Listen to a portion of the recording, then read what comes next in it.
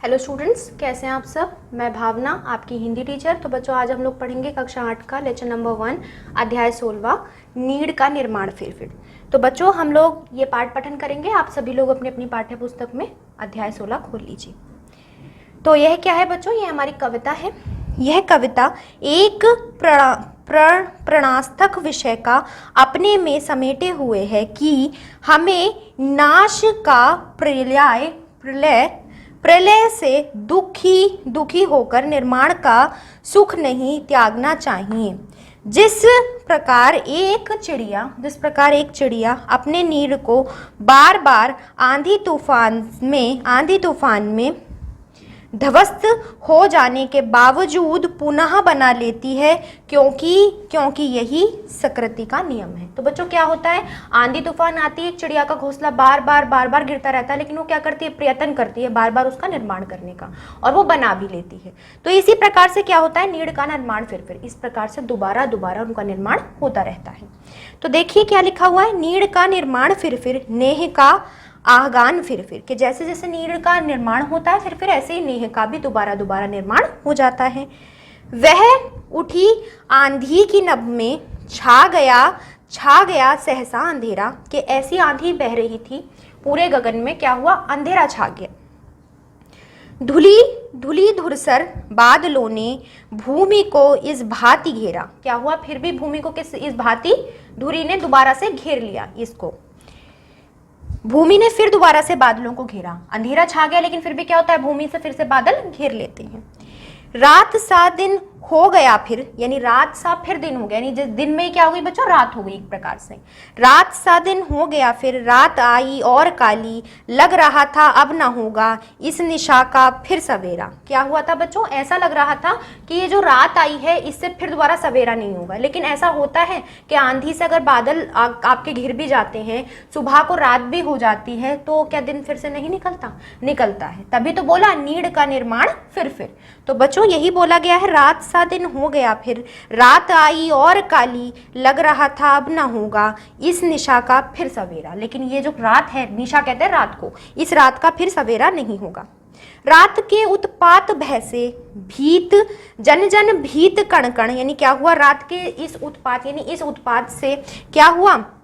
भय यानी डर जो था, वो डर दोबारा से जन भय भीत जन भीत कण, किंतु प्राची से उषा को मोहिनी मुस्कान फिर। लेकिन क्या होता है बच्चों? फिर दोबारा से क्या होती है? मोहिनी मुस्कान दोबारा से आ जाती है।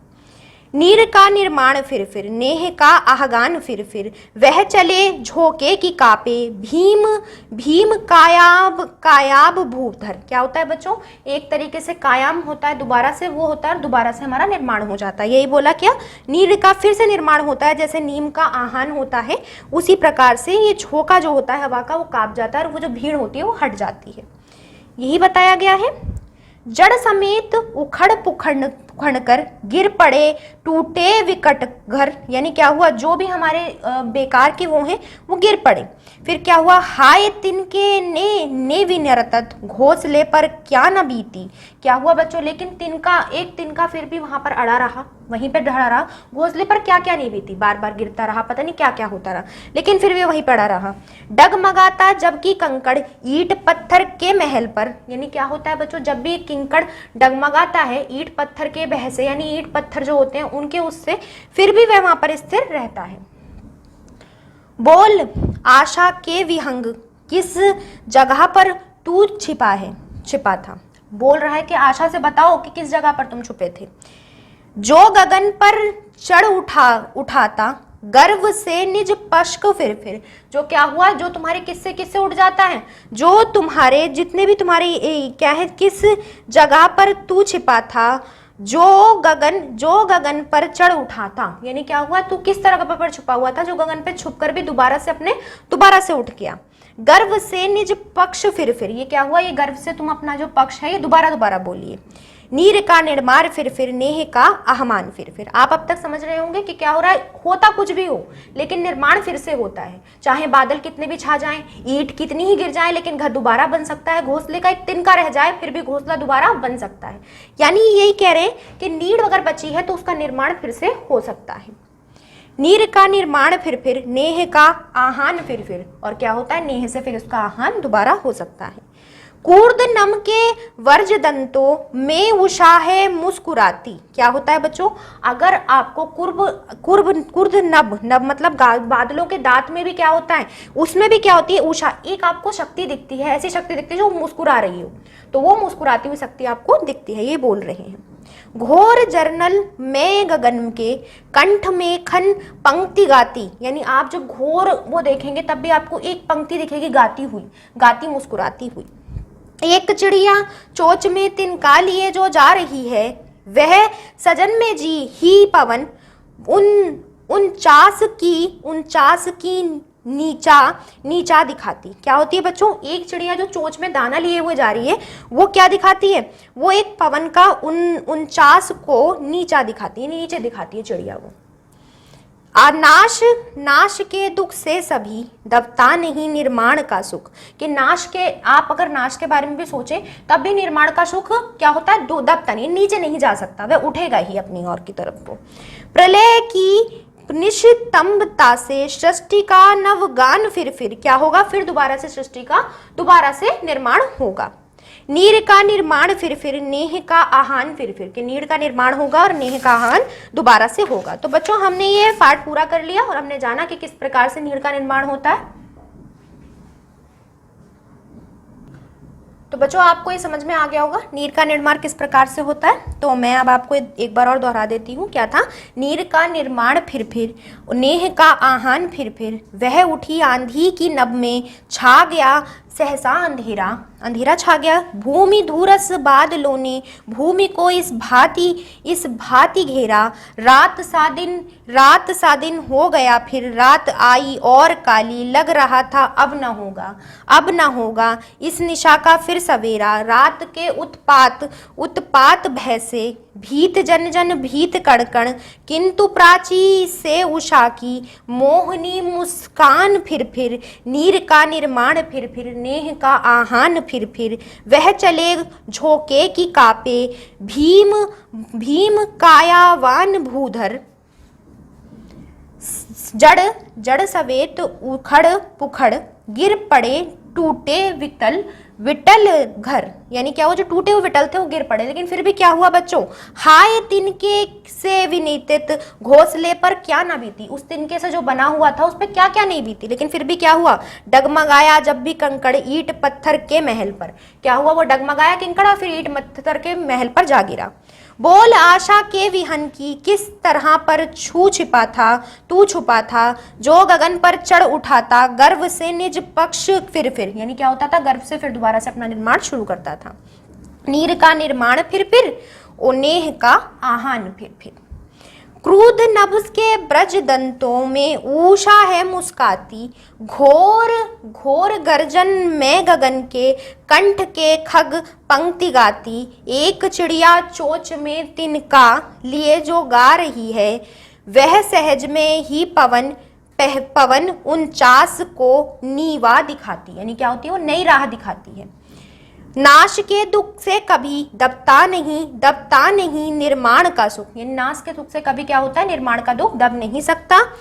प्रलय की विस्तंभना से सृष्टि का नवगान फिर, क्या होता है, प्रलय के सोचकर हम लोग सृष्टि का निर्माण करना नहीं छोड़ सकते, हम निर्माण भी करेंगे, तभी तो है नीड़ का निर्माण फिर नेह का आहान फिर।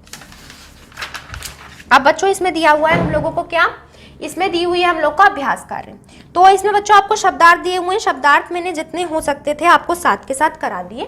तो अब हम लोग आएंगे बच्चों इसके अभ्यास कार्य पर। तो बच्चों आपको अभ्यास कार्य दिया हुआ है। अभ्यास कार्य में आपको पहले क्या दिया हुआ है कि सही के आगे आपको सही का चिन्ह लगाना है। तो देखिए बच्चों पहला क्या दिया हुआ है, कवि अपना संदेश दे रहा है। कवि अपना क्या संदेश दे रहा है, हमने अभी भी पढ़ा बच्चों, क्या संदेश दे रहा है, चिड़िया के माध्यम से दे रहा है या फिर घोंसले के माध्यम से दे रहा है, आकाश के माध्यम से दे रहा है। अगर मैं बात करूं नीड़ का निर्माण फिर नीड़ क्या होती है बच्चों, नींव होती है। तो नींव कहाँ से आती है, हम लोग बात करें नीड़ तो घोंसलों को भी कहा जाता है। तो घोंसला और ये जो चोंच होती है इनमें, तो इनसे है। तो ये किसका हो गया बच्चों, चिड़िया से दे रहा है, यानी आ। कौन से दे रहा है बच्चों, आ से दे रहे हैं। अब देखते हैं बच्चों दूसरा। दूसरा क्या दिया हुआ है हमको, कवि का आशय यह है कि जीवन में, कवि क्या कहना चाहता है इस कविता से, समस्याएं सदैव रहती हैं, घोंसला बनता और टूटता रहता है। यानी समस्याएं सदैव रहती है या घोंसला बनता या टूटता रहता है, या फिर समस्याएं तो आती हैं किंतु व्यक्ति को उनसे घबराकर निराश नहीं हो जाना चाहिए। तो बच्चों समस्याएं तो आती है लेकिन मनुष्य को उनसे घबराकर क्या होना चाहिए, उनसे निराश नहीं होना चाहिए। तो बच्चों इसका क्या होगा, हम लोगों ने पढ़ा था कि क्या होता है, नीड़ का निर्माण फिर यानी दोबारा दोबारा बनती है नीड़। तो क्या होता है कि घोंसले बनते और टूटते रहते हैं। तो घोंसले बनते और टूटते रहते हैं, कौन सा ऑप्शन है आपका, या फिर कौन सा इसमें से आ बा सा बा है, तो इसका हो जाएगा बा उत्तर। अब देखते हैं बच्चों तीसरा हमको क्या दिया हुआ है, कवि का संदेश है कि जीवन की कठिनाइयों में उत्पन्न परस्पर वैमनस्य को, यानी क्या होता है, कवि का क्या संदेश है कि कठिनाइयां जो आती हैं, उत्पन्न होती हैं आपके पास, परस्पर जो आपके पास आ जाती हैं, वैशल्य को, उसको क्या करना चाहिए, बनते रहना चाहिए या मिटाते रहना चाहिए, या फिर मिटाते हुए स्नेह की रचना करनी चाहिए। बनते रहनी चाहिए या फिर क्या करनी चाहिए, मिटाते रहना चाहिए, या फिर मिटाते हुए स्नेह की रचना करनी चाहिए, कि जिन्हें मिटाते मिटाते जो नेह है आपकी उसकी रचना करनी चाहिए। तो क्या करनी चाहिए बच्चों, सा। हमने देखा बनते और बिगड़ते दोनों रहते हैं, यानी बिगड़ते भी रहते हैं तो उसकी दोबारा से रचना कर देनी चाहिए। बोला था ना कि घोंसलों पे क्या नहीं बीतती, वो फिर उन पे बीत गिर जाते हैं और फिर दोबारा से बनते भी हैं। लेकिन चौथा देखते हैं बच्चों, रात दिन मचे उद्धव रूपी भयंकर समस्याओं में प्रत्येक रात के बाद, रात दिन जो हमारे क्या मचते हैं, जो हमारे भयंकर समस्याएं उत्पन्न होती हैं, उनसे क्या होता है, तूफान रुक जाते हैं। तूफान रुक जाते हैं अगर कोई समस्या आ रही है तो ये इस पर तो आप तुरंत ऐसे कर दीजिए कि ये नहीं हो सकता। दूसरा देखिए, समस्याएं समाप्त हो जाती हैं, ऐसा भी नहीं होता। ऐसा कभी होता है कि रात काली आई, इन्होंने बोला रात काली आई और ऐसा लग रहा है कि ये रात जाएगी ही नहीं, तो वो समाप्त हो गई आपके लिए, कभी नहीं हुई। तो ये भी क्या है आपका, गलत है। अब देखते हैं तीसरा, ऊर्जा रूपी आशा की नई किरण जीवन में क्यों प्रेरणा देती है, लेकिन यह आपको आगे बढ़ने की प्रेरणा देती है, यह सत्य है, तो इसका सा हो जाएगा। तो बच्चों पहले का तीसरे का बा, तीसरे का सा, चौथे का सा। अब देखते हैं बच्चों प्रश्न उत्तर। प्रश्न उत्तर में आपको पहला दिया हुआ है, नेह का आह्वान फिर से कवि का क्या आशय है, कि नेह का आह्वान जो फिर हो रहा है उससे क्या आशय है। ये हमने बच्चों पढ़ा भी था। अगर हम लोग बात करें नेह मतलब क्या हो गया बच्चों, जो कठिनाइयां आपके जीवन में आ रही है आपको उनका डट के सामना करना चाहिए और फिर से नीड़ का निर्माण हो जाता है, तो यह आपको बताया गया। अब अगर मैं इसका उत्तर लिखना चाहूं तो आप प्रश्न में से लिखेंगे क्या, नेह का आह्वान फिर से कवि का आशय है, और फिर मेरे साथ लिखिए बच्चों, कवि का आशय क्या है, जीवन की कठिनाइयों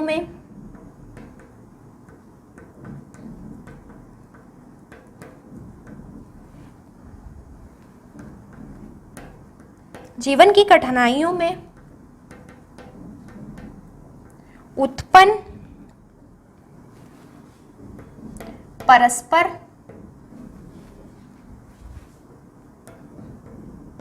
वैमय को मिटाते हुए स्नेह की रचना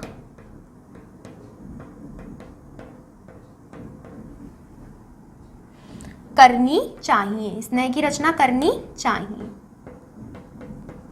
तो बच्चों ये आपका उत्तर हो गया, जीवन की कठिनाइयों में समाप्त परस्पर वैमय को मिटाते हुए स्नेह की रचना करनी चाहिए, यानी आपको अपना स्नेह नहीं त्यागना चाहिए। दूसरा देखते हैं बच्चों, आंधी और घोर वर्षा से चिड़िया के घोंसलों की क्या दशा होती है।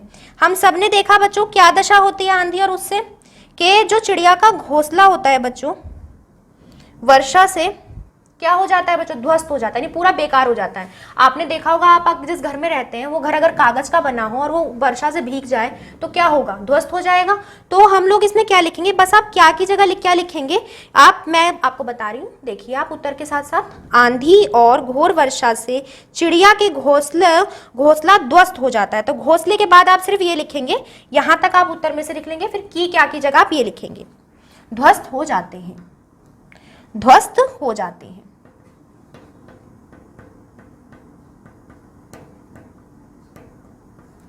ये बच्चों आपको इसका उत्तर हो गया। तो आपको कैसे लिखना है, आपको लिखना है आंधी और घोर वर्षा से चिड़िया के घोंसले ध्वस्त हो जाते हैं।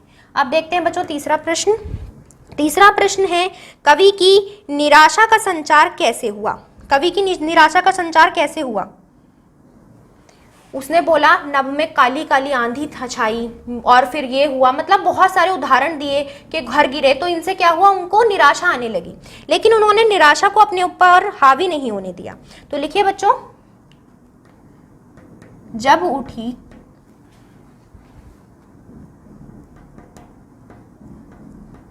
आंधी, जब उठी आंधी की नभ, नभ में अंधेरा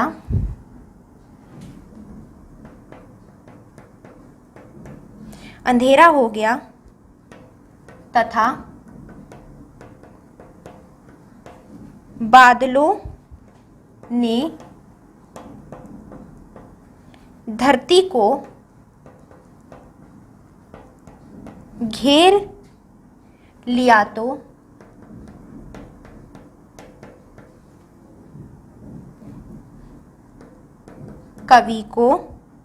कवि की निराशा का संचार हो गया।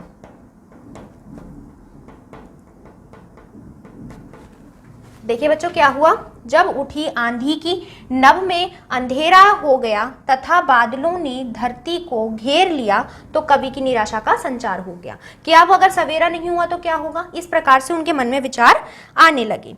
तो बच्चों देखते हैं चौथा प्रश्न। सतत संघर्ष और निर्माण की क्रियाओं की उपमा कवि ने किससे की है, यानी किससे दी है। यानी ये जो हमारी ये जो सतत हो रही है, ये कुछ भी हो रही है, ये किस प्रकार से हो रही है, कैसे हो रही है बच्चों। हमने देखा नीड़ का निर्माण, फिर तो किससे हो रही है, चिड़िया के घोंसलों से। उन्होंने सारी हमें क्या बता दिया, उदाहरण बता दिए। तो बच्चों चौथे का उत्तर क्या लिखेंगे, आप पहले प्रश्न पढ़िए, प्रश्न के साथ साथ मैं बता देती हूँ।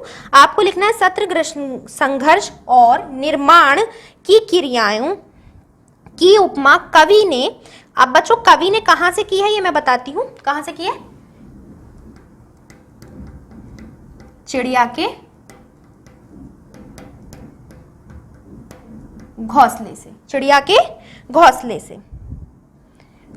से की है।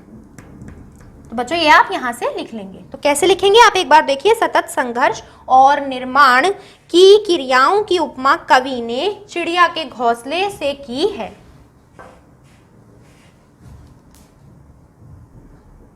अब बच्चों आपको पांचवा प्रश्न दिया हुआ है। पांचवा प्रश्न क्या दिया हुआ है हम लोगों को, सप्रसंग भावार्थ लिखिए। तो बच्चों इनके हमें भावार्थ लिखने हैं। तो हमने इनकी कविता पढ़ी थी, तो कविता में हम लोगों को लिखी थी क्या थी, रात के उत्तम भय में भीत जन जन भीत कण कण, किंतु प्राची से उषा की मोहनी मुस्कान फिर। तो बच्चों क्या होता है, अगर मैं पांचवे के उत्तर की बात करूं तो इन्होंने आपको एक वो दे रखा है पंक्ति, और उन्होंने पूछा इसमें हमें क्या क्या ज्ञान मिले। तो मैंने आपको वैसे पढ़ाया था, लेकिन फिर भी अगर आपने पढ़ा है नहीं पढ़ा है मेरे साथ साथ देख लीजिए। क्या देखिए, जब उठी आंधी,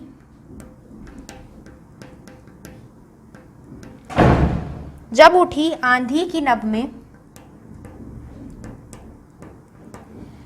जब उठी आंधी की नभ में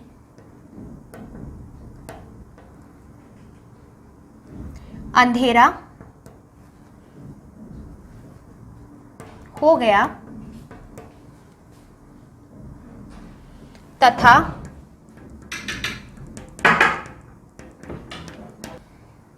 जब उठी आंधी की नभ में अंधेरा हो गया तथा बादलों ने धरती को घेर लिया,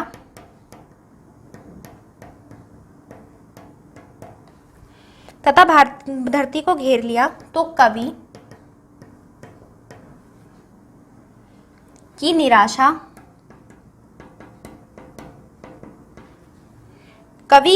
निराशा का संचार हो गया। बच्चों ये चा है, संचार हो गया। तो क्या है, जब उठी आंधी की नभनी से आंधियों अंधेरा हो गया तथा बादलों ने धरती को घेर लिया तो कवि की निराशा का संचार हो गया।